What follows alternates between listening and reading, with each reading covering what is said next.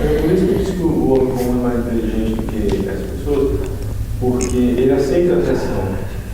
Bom, eu não sei o que quer dizer homem comum, porque o homem comum também é uma criação da sociedade moderna. Nunca existiram homens comuns, a não ser a partir do século XIX. Não sei se você percebe isso, né?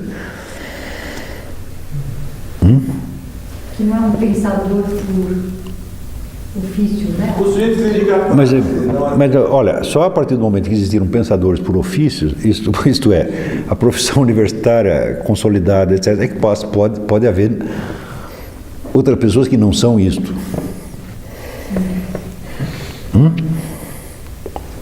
Veja, a noção de homem comum é uma noção sociológica criada pela modernidade para definir os caras que não são intelectuais. Homem comum não é uma realidade, você está entendendo? É uma invenção sociológica. Assim como, é um negócio do capítulo inesquecível do René Guénon sobre a vida cotidiana. Falou, nunca existiu vida cotidiana, só passou a existir a partir da hora em que veio o sistema industrial moderno, criou o horário de trabalho, os meses de férias, fim de semana, né, a semana inglesa, etc, etc. Daí passa a haver, né, a vida cotidiana e os momentos de lazer, tá certo? Uma distinção que era totalmente desconhecida durante todo o restante da história humana.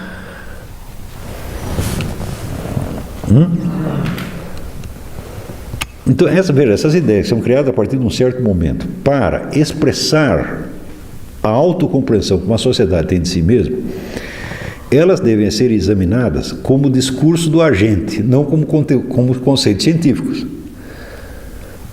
Está compreendendo? O conceito científico nasce da depuração crítica do discurso do agente. Então, quando a gente ouve essas coisas, qual é a primeira providência? Da onde saiu, o que eles estavam querendo dizer com isso e por que eles queriam dizer isso? Nunca podemos usar essa coisa como se fosse uma realidade. Vamos dizer, é uma realidade criada por uma sociedade para se autoexpressar, para expressar os seus desejos, a sua complexidade interna, etc, etc. Mas não é uma realidade objetiva, é uma realidade historicamente condicionada que só existe enquanto as pessoas acreditam que existe. Agora, se você lê, por exemplo, o livro do Jan Huizinga, O Outono da Idade Média, e você vai ver como a noção de vida cotidiana era absolutamente impensável para aqueles caras. Porque qualquer porcaria que acontecesse era excepcionalmente importante. Por exemplo, nascia uma criança, parava a cidade inteira. O sujeito ia fazer uma viagem, a cidade inteira ia lá dizer tchauzinho para ele. Tá vendo? As pessoas ficavam emocionadas por qualquer bobagem. Tá vendo? Então não tinha vida cotidiana. Quer dizer, tudo aquilo que as pessoas viviam com o nervo à flor da pele. Você imagina, por exemplo, no silêncio da noite, numa cidade da Idade Média, um grito. Parava a cidade inteira. Pô. Aqui não, nós ouvimos barulho o tempo todo, nem ligamos, né?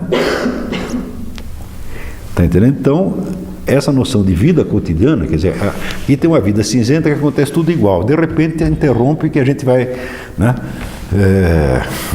Como é que se diz? Vamos até a Praia Grande, o grande acontecimento do paulista.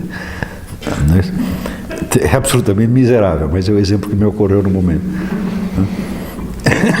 Então, quer dizer, é uma convenção criada pelo sistema de produção para dividir o tempo das pessoas. Mas expressa uma coisa que, vamos dizer, que as pessoas decidiram que ia fazer e fizeram assim. Isso não expressa a natureza humana e nem a condição humana. Está entendendo? Pega um índio do Xingu, tenta explicar para ele o que é vida cotidiana.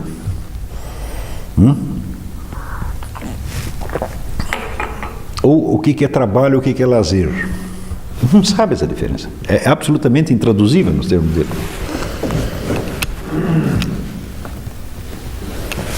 O índio saiu para caçar. Isso é trabalho ou lazer? Ele pode gastar a cabeça dele o resto da vida, ele não vai conseguir dizer uma coisa dessa. Essa distinção não existe.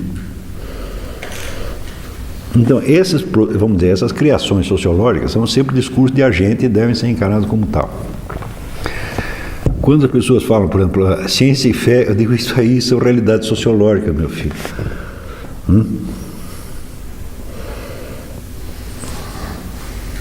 Isso foi inventado, tá certo, para explicar, numa certa época, as atitudes que as pessoas tinham perante certas coisas. Isso não são conceitos universalmente válidos, não são categorias universais do pensamento.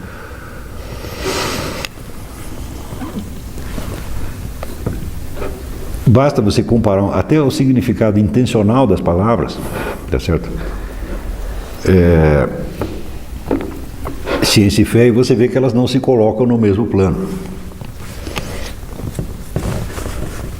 Porque ciência, teoricamente, é aquilo que você sabe, não é isso?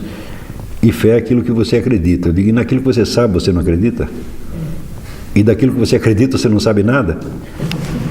Ora, porra, então você vê que são, como essas palavras são como papéis sociais que você vai desempenhar, não corresponde, não são categorias de pensamento válidas. São discursos de agentes, são autoexpressões de grupos sociais. Isso, vamos dizer, é o princípio número 1 da ciência política. Uma coisa é o discurso teórico que nós estamos fazendo, e outra coisa é o discurso do agente. O discurso do agente visa a produzir certos efeitos, visa a agir sobre outras pessoas. O discurso teórico visa a aumentar a inteligibilidade do conjunto. Portanto, noções como ciência e fé aumenta a inteligibilidade? Não, só cria mais confusão. Pô. Então vamos esquecer essa coisa, isso não existe. Ou razão e fé, né? Ou razão e fé também. Como é que você poderia, vamos dizer, quando você fala razão e fé, você está articulando os dois como se fossem funções humanas. E quando fala Não é isso? na razão, Então, fica mais complicado. acontece que se a razão é somente, vamos dizer, um esquema humano de pensamento e não corresponde à estrutura da realidade, então ela não nos dá conhecimento algum. Então não tem nada a ver com conhecimento. Ela é apenas mais uma invenção na qual você acredita. Portanto, ela é objeto de fé. Agora, se a razão, por outro lado, tem algo a ver com a estrutura objetiva da possibilidade universal, então ela não é uma função humana.